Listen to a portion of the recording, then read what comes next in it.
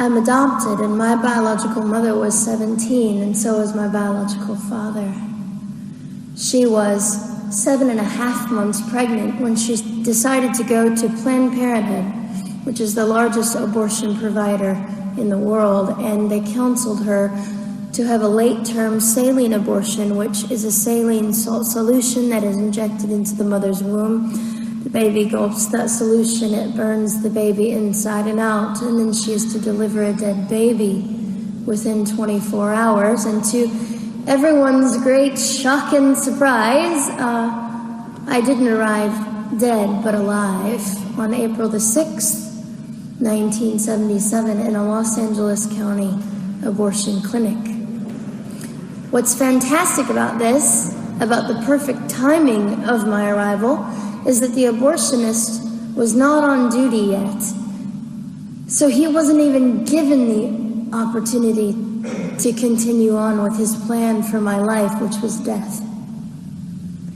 And I know that I am in a government building, and a beautiful one it is, and I love your country as well as my own. But I know in the age that we live in, it is not at all politically correct to say the name of Jesus Christ in places like this. To bring him into these sorts of meetings, because his name can make people so terribly uncomfortable. But I didn't survive so I could make everyone comfortable. I survived so I could stir things up a bit. And I have a great time doing it.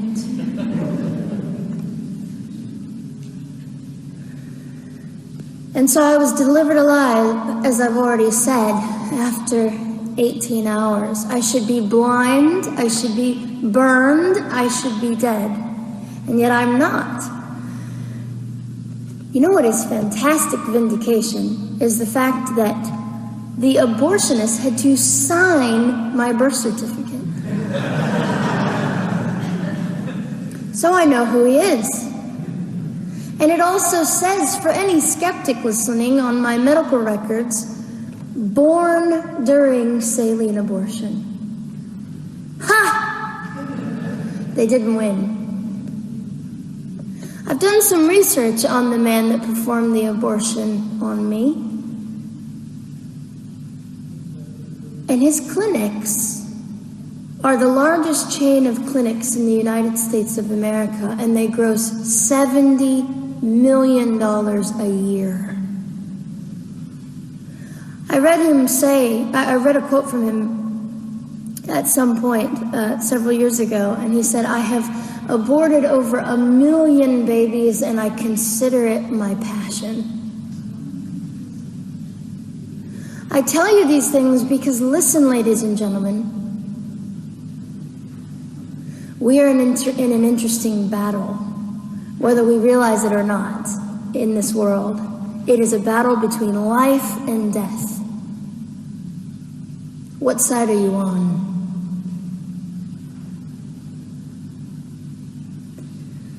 So a nurse called an ambulance and had me transferred to a hospital, which is absolutely miraculous. Generally, the practice at the time, and up until 2002, was, in my country, was to end the life of an abortion survivor by strangulation, suffocation, leaving the baby there to die, or throwing the baby away.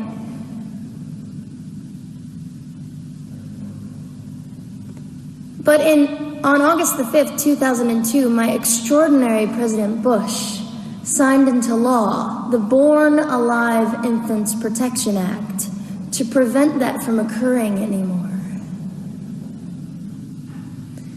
You see, we're playing for keeps. We're playing I'm hoping to be hated by the time that I die so that I can feel God about me and understand what it was to be hated. He was hated. Christ was hated. And not that I look forward to being hated, but I know along my journey, I know I'm already hated because I declare life. I say, you didn't get me. The silent Holocaust didn't win over me. And my mission, ladies and gentlemen, among many things, is this: to infuse humanity into a debate that we have just compartmentalized and set on a shelf and said it is an issue. We have removed our emotions. We are becoming harder. Do you really want that? How much are you willing to take, and how much are you willing to risk to speak the truth in love and graciousness and stand up and at least be willing to be hated? Or at the end of the day, is it all about you or me?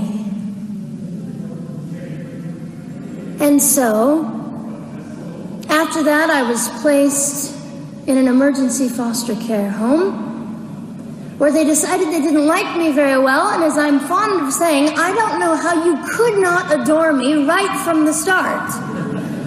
What is wrong with these people? But they didn't. You see, I've been hated since conception by so many, and loved by so many more, but most especially by God. I'm his girl. You don't mess with God's girl. I got a sign on my forehead that says, you better be nice to me because my Father runs the world. So after I was placed in the mean home, I was taken out of the mean home and placed into another home, a beautiful home, Penny's home. And she said by this time I was 17 months old, 32 pounds of dead weight, and diagnosed with what I considered to be the gift of cerebral palsy, which was caused directly by the lack of oxygen to my brain while I was trying to survive. Now, I am just compelled to say this. If abortion is merely about women's rights, ladies and gentlemen, then what were mine? There was not a radical feminist standing up and yelling about how my rights were being violated that day. In fact, my life was being snuffed out in the name of women's rights. And ladies and gentlemen, I would not have cerebral palsy had I not survived all of this. So when I hear the appalling, disgusting argument that we should have abortions because the child just might be disabled, the horror that fills my heart. Ladies and gentlemen, there are things that you will only be able to learn by the weakest among us. And when you snuff them out, you are the one that loses. The Lord looks after them, but you are the one that will suffer forever. And what arrogance, what absolute arrogance. And it has been an argument for so long in this human place that we live, that the stronger should dominate the weaker, should determine who lives or dies. The arrogance of that. Don't you realize that you cannot make your own heart beat? Don't you realize that all the power that you think you possess, you really possess none of it?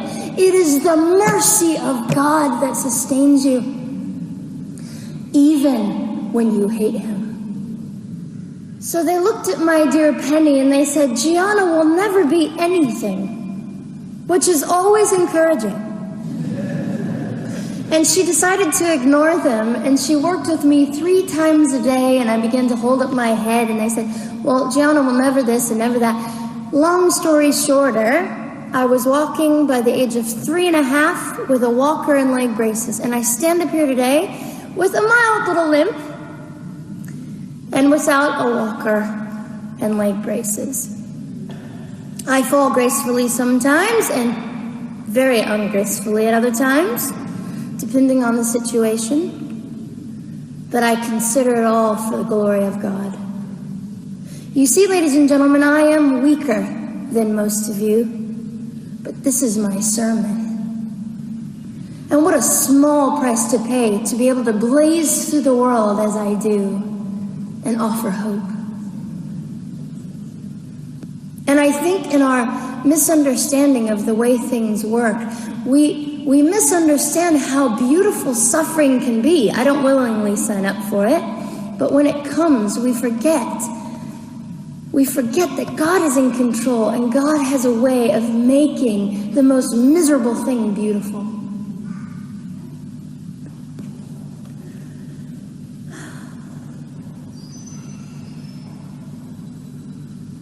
I have met my biological mother. I have forgiven my biological mother. I am a Christian. She's a very broken woman. She came to an event I was having 2 years ago, showed up unannounced, and said, "Hello, I'm your mother."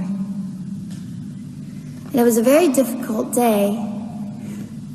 And yet, while I was enduring all of this, you'll probably think I'm silly, but I was sitting there and I was thinking, I don't belong to you. I belong to Christ. I'm his girl, and I'm a princess. So no matter what you say, in all your anger and brokenness and rage, it's not mine to keep. It's not mine to carry, and I won't. I was saying all this inside. So, ladies and gentlemen, you have an opportunity. But for just a brief moment, I would like to speak directly to the men in this room and do something that is never done. Men, you are made for greatness. You are made to stand up and be men. You are made to defend women and children, not stand by and turn your head when you know murder is occurring and do nothing about it. You are not made to use women and leave us alone. You are made to be kind and great and gracious and strong and stand for something. Because men, listen to me. I am too tired to do your job. Women, you are not made for abuse. You are not made to sit and not know your worth and your value. You are made to be fought for forever. So now is your moment. What sort of people are you going to be? I trust incredible. I trust, men, you will rise to the occasion. To the politicians listening, particularly to the men, I would say this: you are made for greatness. Set your politics aside. You are made to defend what is right and good. This fiery young girl will stand here and say, now's your moment. What sort of man do you want to be? A man obsessed with your own glory, or a man obsessed with the glory of God?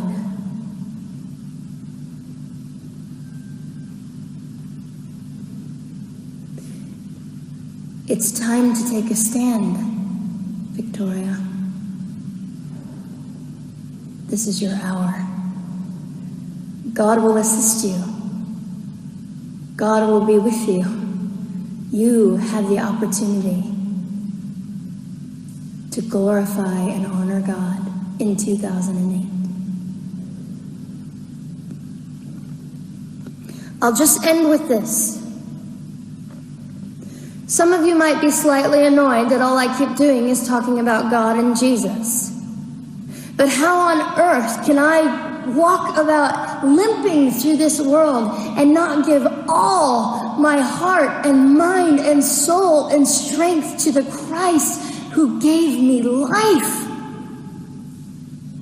So if you think I'm a fool, it's just another jewel in my crown. My whole intent in living here is to make God smile. I hope some of this made sense. It just came from my heart. God bless and keep you.